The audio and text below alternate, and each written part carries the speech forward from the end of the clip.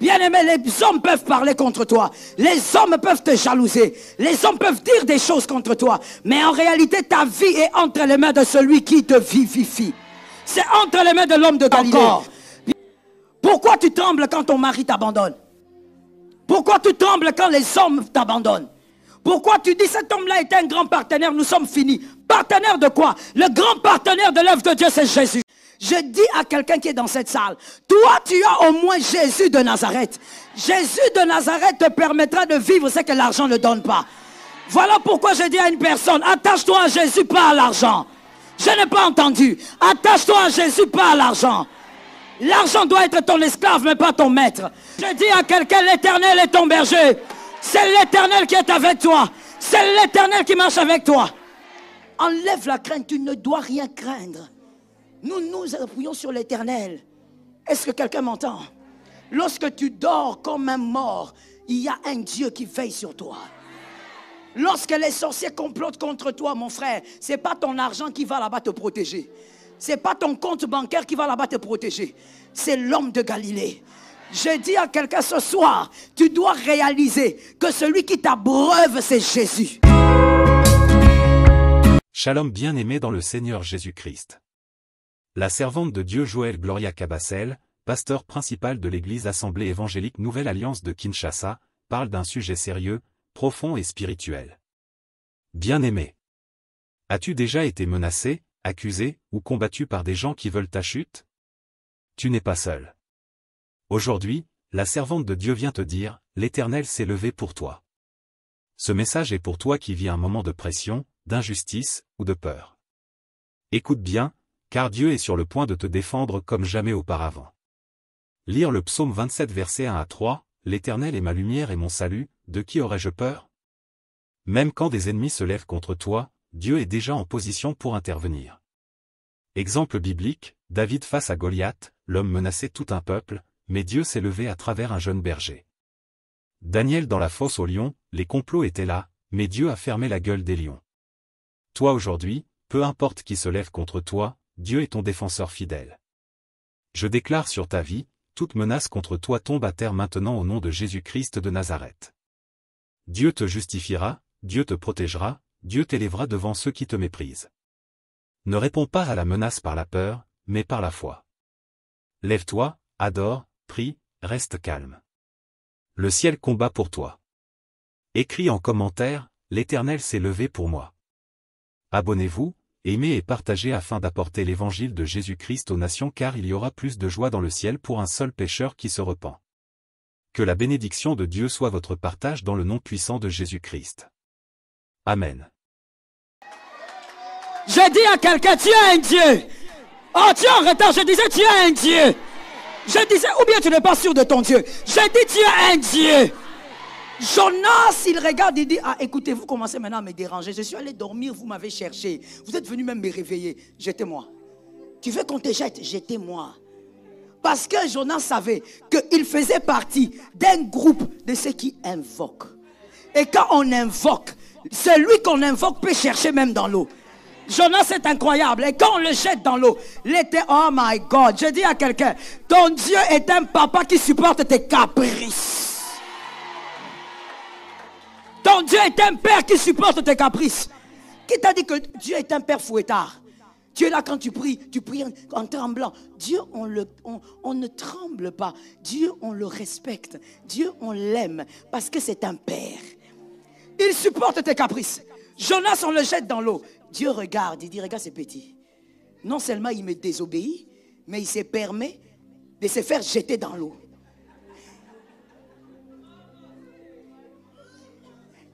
Quand tu connais ton papa, tu sais comment faire des caprices devant le papa. Tu sais ce qui va marcher et ce qui ne va pas marcher. Jonas a dit jetez-moi. Et quand il dit jetez-moi, il n'a pas dit Dieu va me délivrer. Il connaît. Je parle ou je laisse. Je parle ou je laisse. Quand Jonas dit jetez-moi dans l'eau, c'est parce qu'il savait que de toutes les manières, Dieu n'a pas un autre prophète en ce moment-ci. Dieu n'a pas un autre prophète. Comme il a besoin de délivrer Ninive, il va me localiser. Je dis à une personne, Dieu sait que dans cette famille-là, c'est toi. Il sait que dans cette famille, c'est toi qui l'as choisi pour agir. Donc Dieu va te protéger quoi qu'il arrive. Les autres vont tomber, toi tu resteras debout. Dieu envoie un poisson. Qui lui a demandé? Qui lui a demandé? Dieu envoie un poisson pour avaler Jonas.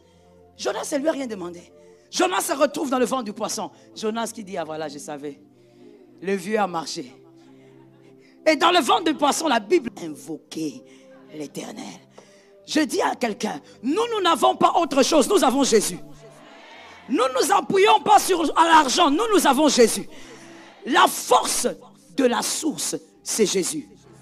Écoute cette particularité. La source ne reçoit pas ses eaux d'une autre eau. Comme le fleuve. Le fleuve reçoit ses eaux de la source. La rivière reçoit ses eaux de la source. Mais la source reçoit ses eaux de la terre. C'est la terre qui fait jaillir les eaux. Est-ce que quelqu'un m'entend? Est-ce qu'on peut aller dans les Écritures? Maintenant, il y a quelqu'un, je me rappelle de quelqu'un dans les Écritures. Et je crois que tu te rappelles de lui aussi. Il était en train d'enseigner. À un moment donné, les pharisiens arrivent. Les pharisiens lui disent, voilà, on a attrapé une femme en flagrant délit d'adultère. Elle est là. La loi de Moïse dit, quand on trouve ça, elle doit mourir. Et la Bible dit, c'était pour piéger Jésus. Jésus les regarde. Jésus se lève. Jésus écrit. Tu écris quoi, papa? Tu étais en train d'enseigner. Qu'est-ce que tu écris? La Bible dit, Jésus s'incline, il commence à écrire par terre. Que quelqu'un me dise la terre. Jésus écrit. Après un moment, les pharisiens disent, oh, tu n'as pas entendu. Jésus se lève et dit aux pharisiens, qui d'entre vous n'a jamais péché? Qui jette la première pierre?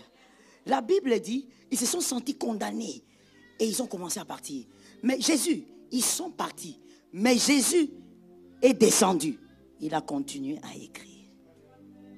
Mais tu écris pourquoi? Tu écris quoi? Les personnes qui sont venues condamner la femme sont parties. Il regarde la femme, il dit, où sont tes accusateurs? Ils sont partis, je ne te condamne pas non plus. Va et ne pêche plus. Jésus a écrit sur le sol 2 fois. Qu'est-ce qu'il écrivait? Pourquoi écrit-il? Pourquoi quand on vient accuser Makaya? Pourquoi Jésus est en train d'écrire? La Bible dit, il était en train d'enseigner. Pourquoi il interrompt l'enseignement pour commencer à écrire sur le sol? Seulement au moment où on lui amène quelqu'un. Écoute, la source jaillit de la terre. Et Jésus a écrit sur la terre des phrases et des mots qui n'existaient pas avant qu'il ne les écrive. En d'autres termes, lorsque les pharisiens parlaient, Jésus les répondait de manière tacite, prophétiquement, mais ils n'ont rien compris. Voilà pourquoi lorsqu'ils ont posé la question à Jésus, Jésus s'est mis d'abord à écrire sur le sol. Qu'est-ce que Jésus était en train de leur dire? La vérité, c'est quoi? La source provient de la terre. C'est la terre qui fait jaillir la source. Et donc Jésus était en train de placer des nouvelles paroles sur la terre, comme pour dire, celui qui définit l'existence de la source, c'est la terre. Celui qui définit les paroles qui reposent sur une source, c'est la terre. Est-ce que quelqu'un m'a capté? Est-ce que quelqu'un m'a compris? Celui qui définit les paroles qui accompagnent une source, c'est la terre. Et donc Jésus a écrit sur la terre des paroles qui n'existaient pas. La prophétie de la femme qu'on venait de condamner. Une manière aussi de dire, personne ne peut condamner une source, c'est la terre qui l'a définie. Est-ce que quelqu'un m'entend? Personne ne peut condamner une source, personne ne peut te condamner, c'est la terre qui te définit. Et la Bible dit, Jésus, puisqu'il écrivait sur la terre, il y a une écriture qui dit, où irions-nous? C'est toi qui as les paroles. Je peux expliquer? Lorsque Jésus écrit, pendant qu'il écrit, comment on va appeler ce qui est écrit? Des phrases, n'est-ce pas? Ou des mots. Maintenant, quand vous devez venir lire ce qui est écrit, qu'est-ce que nous allons appeler ce que vous lisez? La parole. C'est la parole qui jaillit de la terre qui définit la source. Personne d'autre n'a le mandat de décider sur ta vie en dehors de la terre. Et la véritable terre qui a les paroles de la vie, c'est Jésus de Nazareth. Je dis à quelqu'un, nous dépendons d'Élohim. Voilà pourquoi une source de bénédiction ne doit jamais croire que l'argent est plus grand. Tu ne dépends pas de l'argent, tu dépends de Jésus. Donne-moi un amen, je te trouve bizarre. Tu ne dépends pas de l'argent, tu dépends de Jésus. Il y a des moments où l'argent bien aimé, l'argent est un mauvais maître. Parce qu'il y a des moments où l'argent va te lâcher. L'argent c'est bon quand tu veux acheter des maisons, quand tu veux acheter des voitures, quand tu veux payer les frais scolaires des enfants, quand tu veux faire des choses. Mais il y a des moments où l'argent te lâche. Et quand l'argent te lâche, il faut que quelque chose d'autre vienne en jeu. Il faut que quelque chose d'autre entre en jeu.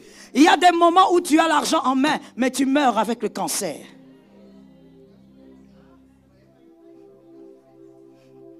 Il y a un milliardaire qui était mort il y a des... Je ne sais pas, ça fait combien d'années maintenant qu'il est décédé. J'évite de citer les noms, nous sommes sur les réseaux. Le milliardaire, quand il était convalescent, pas convalescent, quand il était en train de partir, j'ai regardé ces documentaires, j'ai dit, cet homme me manque une seule chose. J'ai dit, mais où est la personne qui pourrait lui dire que Jésus peut te guérir de ton cancer? Malgré les millions, il a été enterré. Il est en train d'aller vers la mort tout doucement et sa famille l'accompagne. Oh my God. Je dis à quelqu'un qui est dans cette salle, toi tu as au moins Jésus de Nazareth. Jésus de Nazareth te permettra de vivre ce que l'argent ne donne pas. Voilà pourquoi je dis à une personne, attache-toi à Jésus, pas à l'argent. Je n'ai pas entendu. Attache-toi à Jésus, pas à l'argent. L'argent doit être ton esclave, mais pas ton maître. Jésus, Jésus, Jésus, Jésus. Jésus, Jésus, Jésus et encore. Là où l'argent est limité, Jésus passe. Oh my Jesus. Là où les hommes ont comploté contre toi, Jésus vient te révéler dans le songe.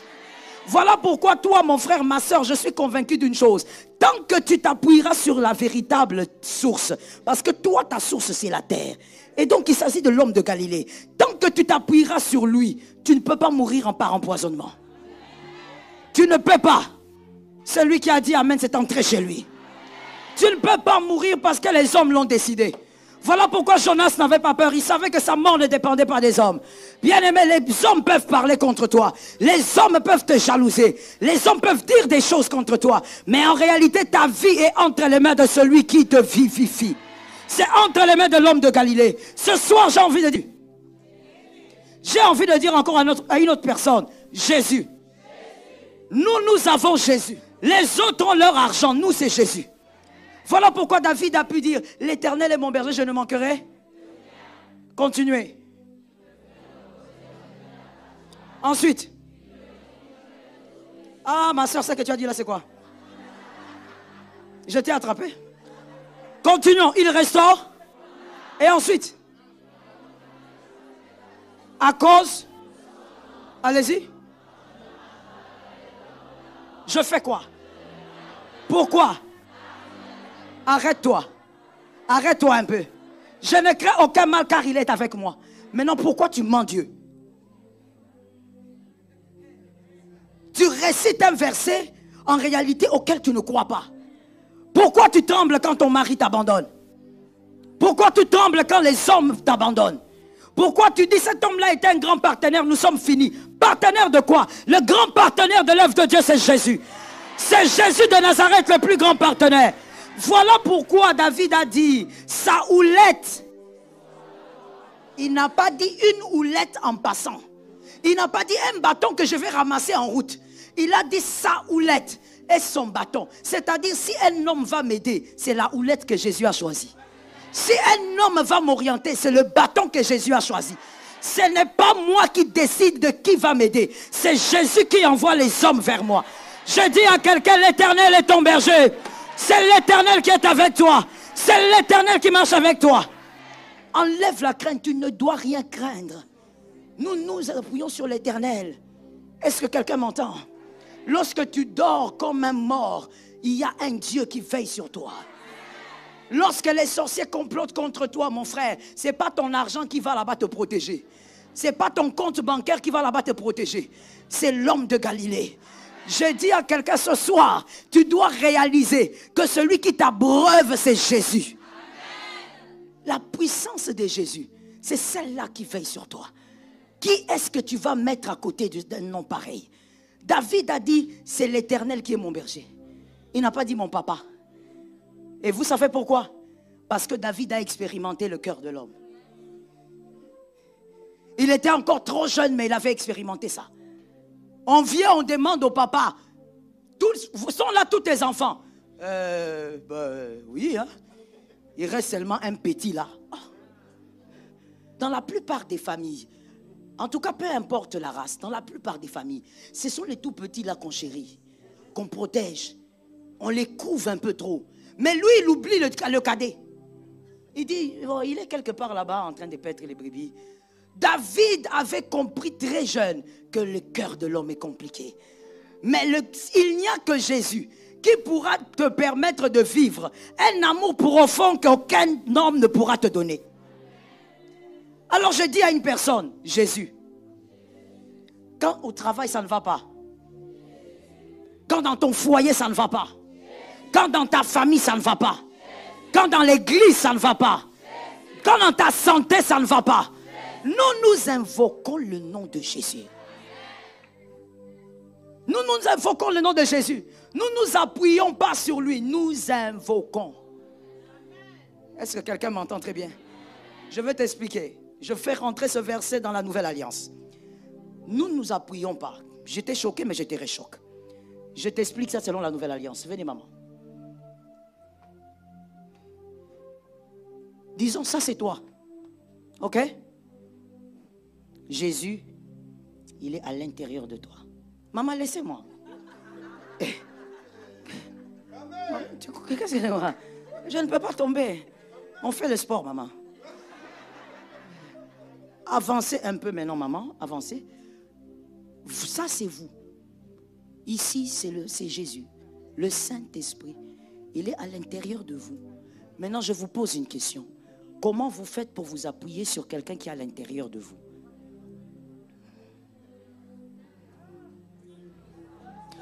Soyons très pratiques. Dans le sens strict du mot appui. Je m'appuie. Je me penche. C'est un soutien. Ok? Dites-moi comment vous faites. La personne est à l'intérieur de toi. Tu t'appuies sur elle comment? Non, maman, c'est quoi? Comment tu fais? Ainsi, la Bible peut dire de manière très prophétique, nous invoquons. En d'autres termes, nous l'appelons. Parce qu'en réalité, celui qui est à l'intérieur de toi, tu l'appelles. Et c'est quand tu l'appelles, il y a quelque chose de merveilleux avec le Saint-Esprit. Écoute-moi, quand tu appelles le Saint-Esprit, il ne sort pas pour dire, oui, je suis là, je vais agir. Quelqu'un me dise, il est le Saint-Esprit. Ah, parle-moi bien, dis-moi, il est le Saint-Esprit. Il ne sort pas pour dire, voilà, comment, tu es en danger. Non, quand tu l'invoques, ce qu'il fait, c'est qu'il t'amène, il prend tes mains, il te fait agir. Les hommes te voient toi. Les hommes voient la femme ou l'homme qui est en train de vaincre. Mais en réalité, tu es comme une poupée qui est dirigée par le Saint-Esprit. Les hommes diront, hey, cette femme-là a eu la promotion. Non, c'est pas... Les hommes diront, comment elle a fait pour enfanter alors qu'on avait dit qu'elle ne pouvait pas tomber enceinte? C'est pas... Je dis à quelqu'un, toi tu as le Saint-Esprit. Toi tu invoques le Saint-Esprit. Ah, je sens une colère de l'Esprit. C'est qu'il y a des choses ici. Je dis à quelqu'un ceci. Si on t'a dit que toi tu as été maudit, que tu as été maudite, dis-leur, je ne suis pas maudit.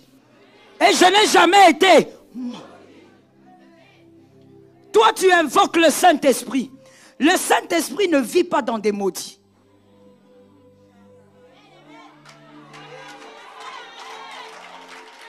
Tu n'as pas compris. Je t'explique. Et je te réchoque. Surtout ceux qui ne lisent pas la Bible là, ils sont choqués. Le Saint-Esprit ne vit pas dans les maudits. Voilà pourquoi le Saint-Esprit vient vivre en vous le jour de votre conversion. Parce qu'avant votre conversion, vous êtes condamné. Vous êtes sous la malédiction de la chair et d'autres choses. Mais le jour où tu dis je donne ma vie à Jésus, il y a quelque chose qui se passe. Tu entres dans une alliance et lui entre en toi. Alors je te pose la question, comment toi qui as le Saint-Esprit tu peux penser qu'un être humain peut te maudire? Ils te feront la guerre, mais ils ne te vaincront pas. Toi tu invoques l'Éternel des armées. Notre force c'est invoquer Jésus. Mon frère, ma soeur, cette année voici ton défi. Jésus. Jésus. Aime Jésus plus que tout ce que tu as. Voilà pourquoi tout à l'heure quand la servante de Dieu disait il faut donner pour Dieu. Mon frère, ma soeur, apprends à aimer Jésus plus que tes biens. Apprends à aimer Jésus plus que tout ce que tu possèdes. Toi tu invoques celui qui est fidèle et qui ne change pas. Toi tu n'appuies pas sur les hommes. Écoute, voilà, guéris dans ton cœur. Je suis déjà en train de terminer. J'ai dit à quelqu'un guéris dans ton cœur. Celui-là ne m'avait pas aidé. Celui-là, je souffrais, il ne m'avait pas aidé. Guéris. Tu n'es pas... Oh non, je commence par la fin. Tu n'as pas raté d'être celui que tu dois devenir parce que quelqu'un ne t'avait pas aidé. Je reprends la phrase, n'est-ce pas, hein? Tu as vu son visage, il n'a pas écouté. Je reprends en disant, tu n'as pas raté d'être celui ou celle que tu dois être parce que quelqu'un ne t'a pas aidé. Tu es exactement aujourd'hui ce que Dieu veut que tu sois. Donne-moi un amen, tu vis ça. Tu es exactement ce que Dieu veut que tu sois aujourd'hui. Quelqu'un d'autre peut me dire dans la salle, mais maman, tu ne comprends pas. Moi, si vraiment je devrais être ce que je suis aujourd'hui, on m'aurait payé les études, je ne serais pas ce que je suis. Il y a tel diplôme que je manque. J'ai chômé parce qu'on n'a pas soutenu. Mon frère, si tu n'as pas étudié, voilà pourquoi le Seigneur va maintenant occasionner des choses étranges dans ta vie afin que ceux qui ont étudié réalisent que tu...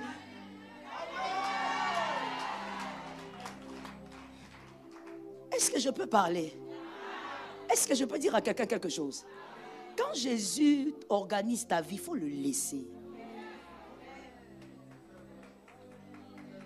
Non, mais les oncles ont aidé tout le monde, sauf moi. Dans la famille, j'étais le petit là, à qui on ne donnait rien. Frère, ce ne sont pas ces oncles-là, Dieu organise. Quand Dieu organise, même si ça fait mal, comme je l'ai dit ce matin, calme-toi. Regarde le paralytique de Bethesda. Il est là. 38 ans de maladie. Que quelqu'un me lève la main et dit, je capte ça. Je suis à la fin, si tu ne captes pas ça, ma soeur, tu n'auras rien capté. 38 ans de maladie. On ne dit pas quel âge il avait, on dit qu'il avait souffert pendant 38 ans. 38 ans. Une femme tombe enceinte. 38 ans plus tard. L'enfant est comment? Répondez-moi, l'enfant est comment?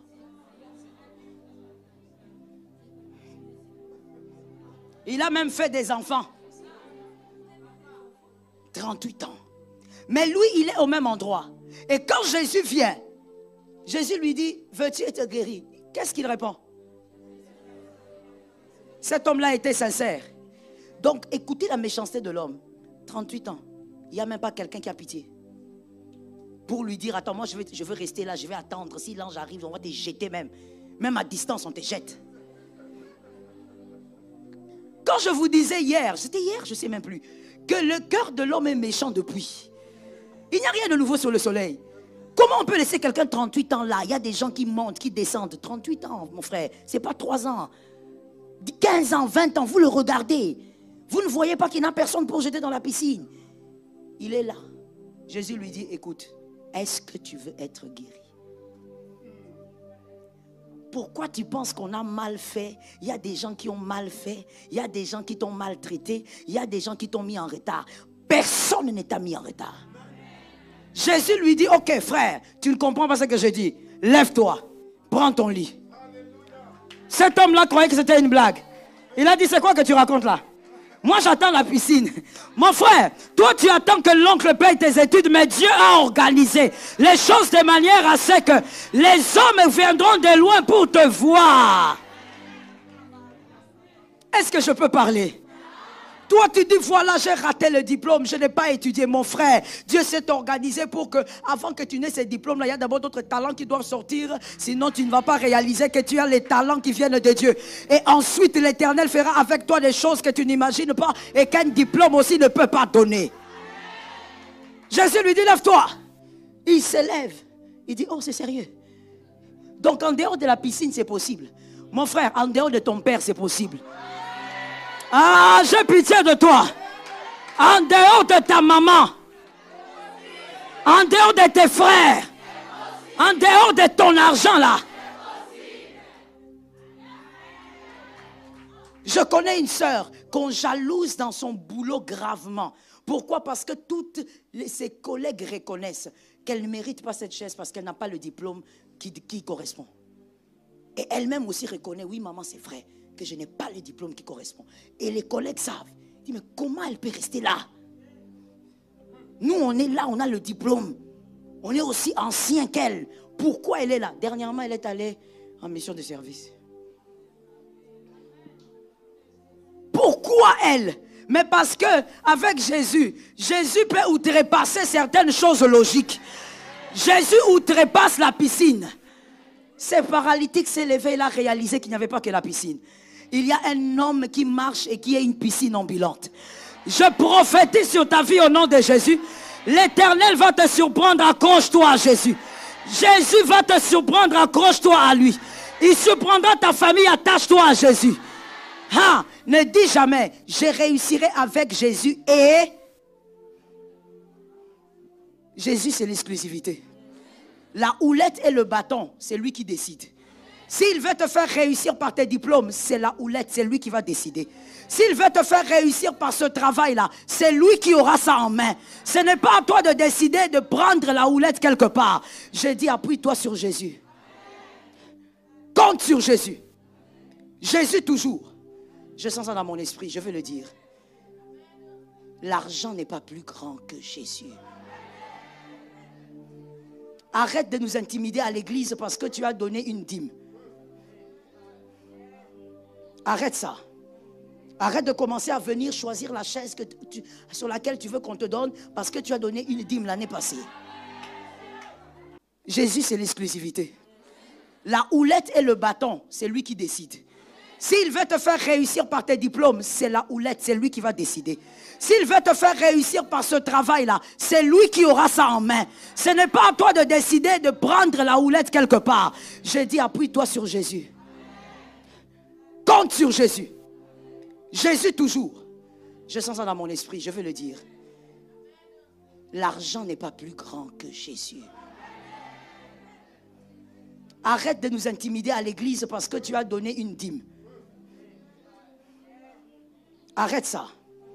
Arrête de commencer à venir choisir la chaise sur laquelle tu veux qu'on te donne parce que tu as donné une dîme l'année passée. Je connais les fidèles, mon frère. Ne me regarde pas comme ça en disant les pasteurs c'est plein. Non, non. Je n'ai pas parlé avec les hommes de Dieu, mais je connais les fidèles. Non seulement je suis né dans l'église, mais je dirige une église. Arrête de venir là comme ça, tu fais le gros dos parce que tu es venu déposer une enveloppe. Mon frère, si c'est moi qui suis ton pasteur, quand tu déposes l'enveloppe là, après ça je t'appelle, je dis viens. Tu es orgueilleux. Sois délivré de l'orgueil. Tu vois quelqu'un déposer l'enveloppe là comme ça, dès qu'il dépose. Ça veut dire qu'il est en train de chercher le chemin comme si c'était un boulevard ici. Pourquoi? Parce que, vous savez, l'argent c'est maman. La Bible appelle ça maman. Oh, moi je suis toujours choqué quand je lis ça. Jésus dit, choisissez. On ne peut pas servir Dieu et maman. Comment Dieu peut, Jésus lui-même peut comparer ou peut mettre ensemble Dieu et l'argent. L'argent est un pouvoir. L'argent change la démarche des gens. N'est-ce pas? Vous voyez ces frères ici, quand ils n'ont rien en poche. Je monte là-bas pour qu'on me voie. Quand ils n'ont rien en poche, ils sont là comme ça. Bonjour frère. Marcus est où?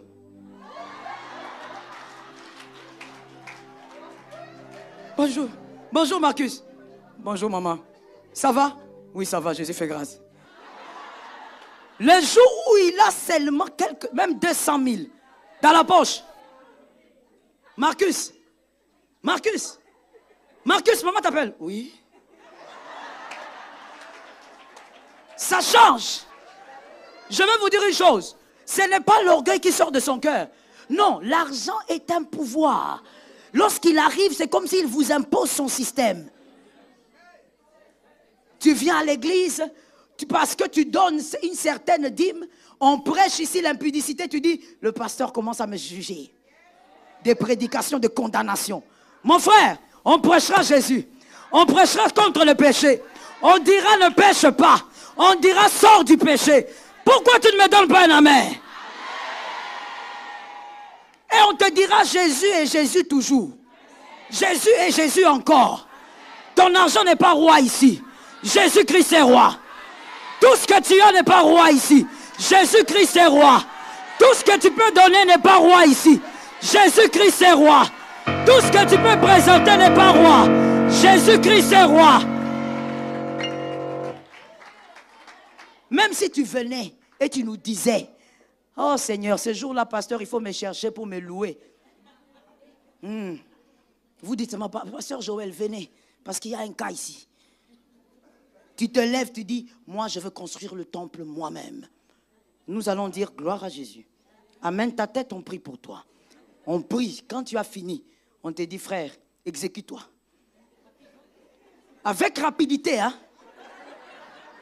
Faut pas croire qu'on va commencer à trembler devant toi.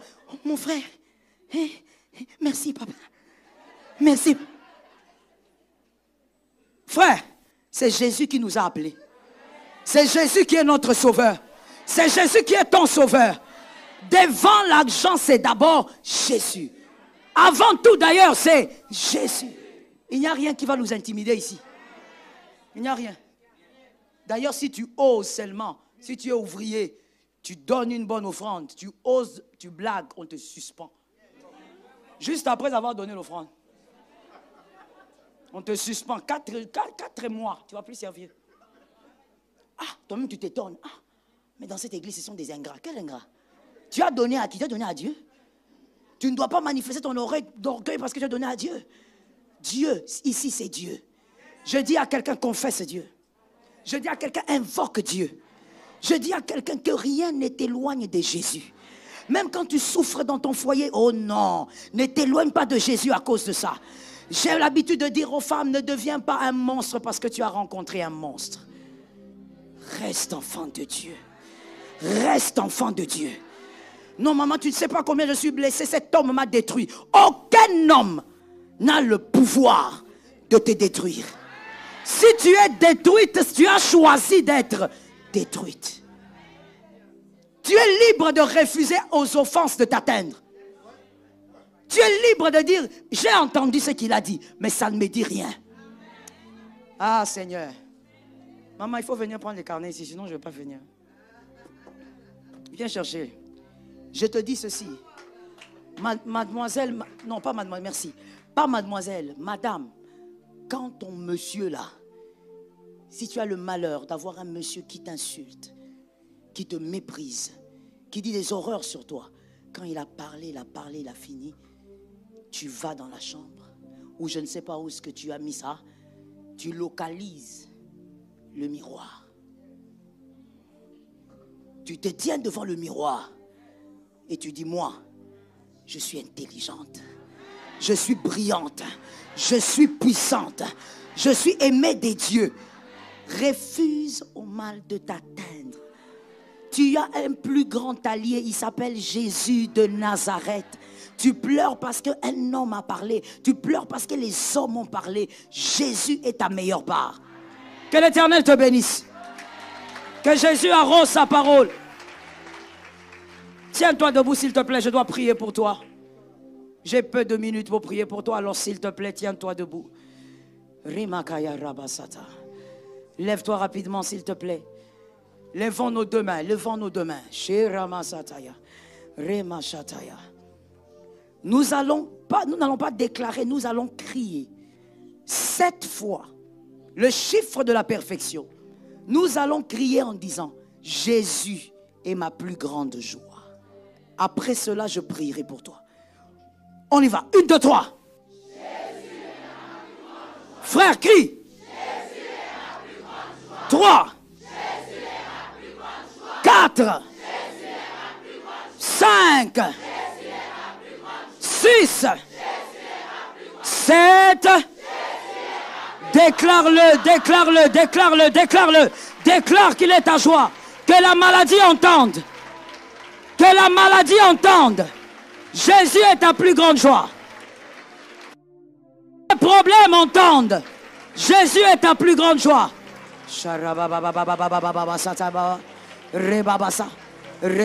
Les difficultés que tu as, que ces difficultés entendent. Jésus est ma plus grande joie. Quoi qu'il arrive, c'est l'amour de toute une vie. Quoi qu'il arrive, c'est la joie de toute une vie. Quoi qu'il arrive, c'est l'homme du parcours. Quoi qu'il arrive, c'est l'homme de la destinée. Quoi qu'il arrive, c'est la grâce de la destinée. Quoi qu'il arrive, c'est la force de la destinée. Quoi qu'il arrive, c'est le sens de la destinée. Quoi qu'il arrive, c'est le meilleur choix d'un parcours. Sherebo Satama, Shireba Saka, Reba Shetayama, Rebo Satayama, Shikeyama.